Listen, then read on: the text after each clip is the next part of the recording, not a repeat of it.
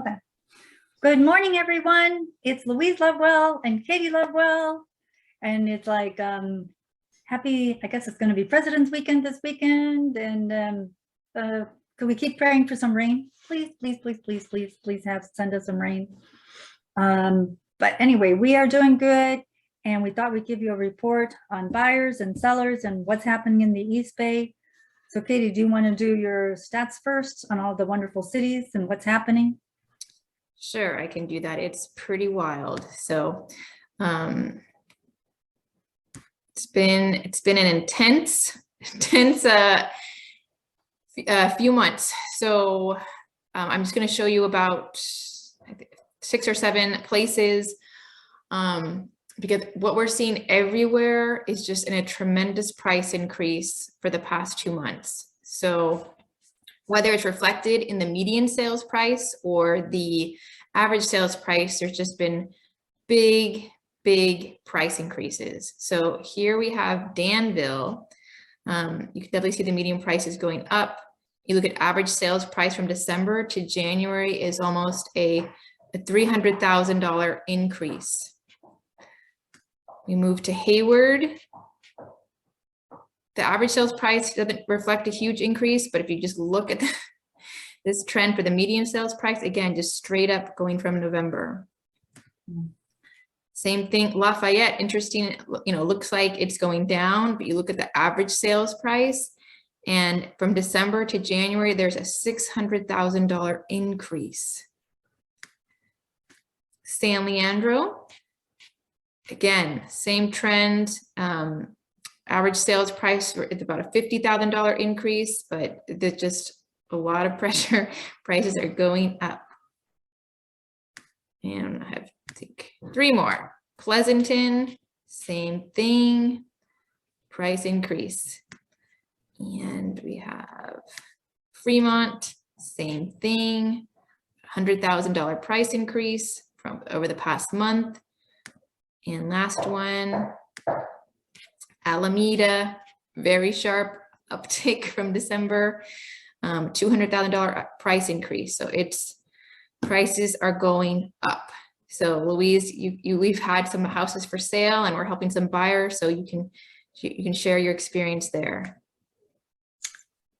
So kind of like what Katie was saying, I'm thinking back, like I was working with this buyer in like probably the end of November, December, and there was inventory. The inventory was low, but pretty much everything we looked at for a while, he would get kind of beaten out, and he was all cash. I mean, so he was all cash, so he was a pretty aggressive buyer. But there was this one home in particular I remember in San Lorenzo, I think it was on Paseo Grande, where he tried to negotiate with the guy, and the guy said, no, I want this. And the guy just kept raising it. I think he had listed for $870. He had come in, I think our guy had come in at $800, went up to $815, $820. I think they finally settled at like $833 with another buyer because my guy couldn't do it. But yeah, it was pretty nutso. So that was like in December. And again, there wasn't that much competition for him, 1 or 2 people. But then come January, oh my gosh, and February, because we had the 2 on Via Corolla and Central. And the minute we hit the market, it was just like showing pretty much nonstop. On Central, we ended up with 12 offers, and on Via Corolla, we ended up with 9 offers. And in each case, they went up a lot, like maybe not quite 100, but I mean, from what our list price was to where it ended up was pretty high up there. And I'm just hoping that both the appraisals will come in okay. I know we have no appraisal contingencies, but it's difficult. So on the one on Via Corolla, I did give that agent to give to the appraiser the list of all the amenities, because I figured that should give value, because that was like around $46,000. So that's, yeah, sorry. It's okay. I'm good. it's just been what we're seeing both from the selling side and the buying side is that most homes are getting close to 10 to 12 offers. I have some buyers who are looking at Hayward Hills. They're getting 15 offers.